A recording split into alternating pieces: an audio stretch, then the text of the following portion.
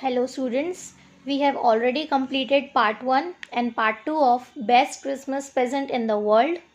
In part 1, we learned that the narrator bought an old roll-top disc and found a letter in a drawer. In part 2, we read the letter which Jim wrote to his wife Connie. Now let's continue with the part 3. I folded the letter again and slipped it carefully back into its envelope.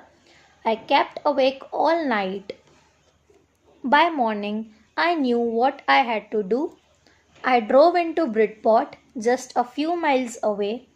I asked a boy walking his dog where Copper Beaches was. House number 12 turned out to be nothing but a burned out shell, the roof gaping, the windows boarded up. I knocked at the house next door and asked if anyone knew the whereabouts of a Mrs. Macpherson. Oh, yes, said the old man in his slippers. He knew her well. A lovely old lady, he told me. A bit muddle headed. But at her age, she was entitled to be, wasn't she? So, as the narrator read the letter, he decided to hand it over to Connie, Mrs. Jim Macpherson. He went to that address which he found on the letter. When he finally reached there, the house was in a bad condition, so he asked neighbors about her. An old man knew about her and gave a little description of her as she's a lovely lady and a bit muddle-headed. Muddle-headed means confused. 101 years old, she had been in the house when it caught fire. No one really knew how the fire had started, but it could well have been candles. She used candles rather than electricity because she always thought electricity was too expensive. Narrator came to know that she is now 101 years old and her house caught fire as she always used candles because she thinks that electricity was expensive. The fireman had got her out just in time. She was in a nursing home now, he told me. Burlington House on the Dorchester Road on the other side of town. The old man informed narrator that she is now in Burlington House, which is on Dorchester Road. I saw Burlington House nursing home easily enough. There were paper chains up in the hallway and a lighted Christmas tree stood in the corner with a lopsided angel top. I said I was a friend come to visit Mrs. Macpherson to bring her a Christmas present. Narrator left for the address told by the old man and reached the place very easily.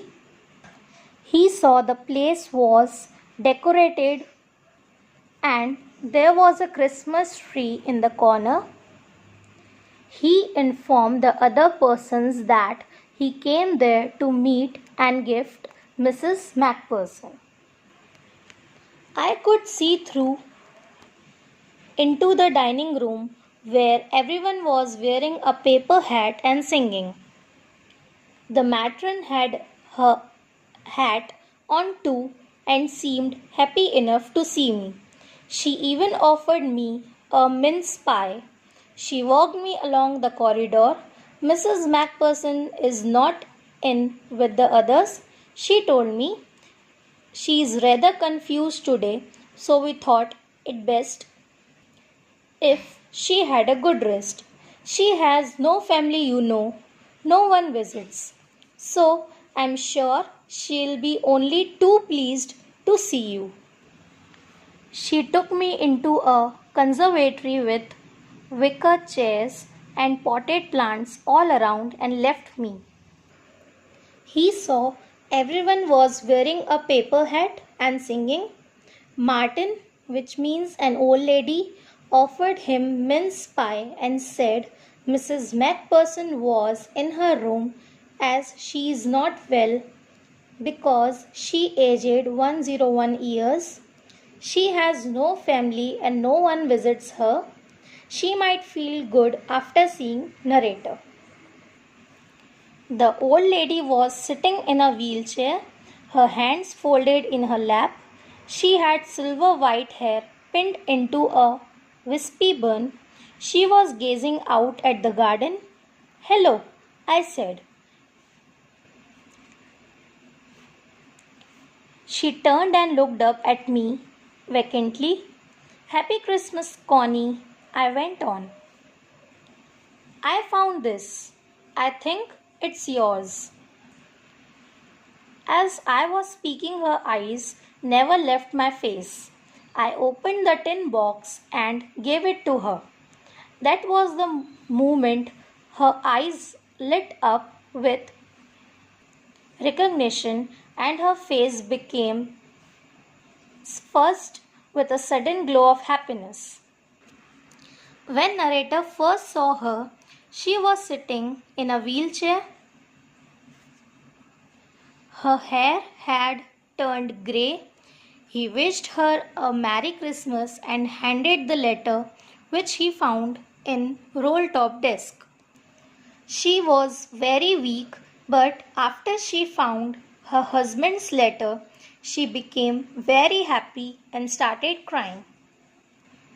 I explained about the desk, about how I had found it, but I don't think she was listening. For a while, she said nothing, but stroked the letter tenderly with her fingertips. Suddenly, she reached out and took my hand. Her eyes were filled with tears. "You told me you would come home by Christmas, dearest," she said. "And here you are, the best Christmas present in the world. Come closer, Jim, dear, sit down." I sat down beside her and she kissed my cheek. "I read your letter so often, Jim, every day. I wanted to hear your voice in my head. It always made me feel you were with me. And now you are. Now you are back. You can read it to me yourself. Would you do that for me, Jim dear? I just want to hear your voice again. I would love that so much. And then perhaps we'll have some tea. I've made you a nice Christmas cake. Marzipan all around. I know how much you love marzipan." Narrator explained her how he found the letter, but she did not listen to him. She did not utter a word and held narrator's hand.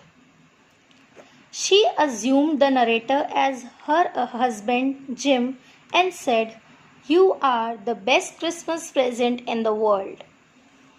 She kissed his cheeks and asked him to read the letter as she wanted to listen to her husband's voice, and asked the narrator to have tea, Christmas cake, and marzipan, which her husband loved the most.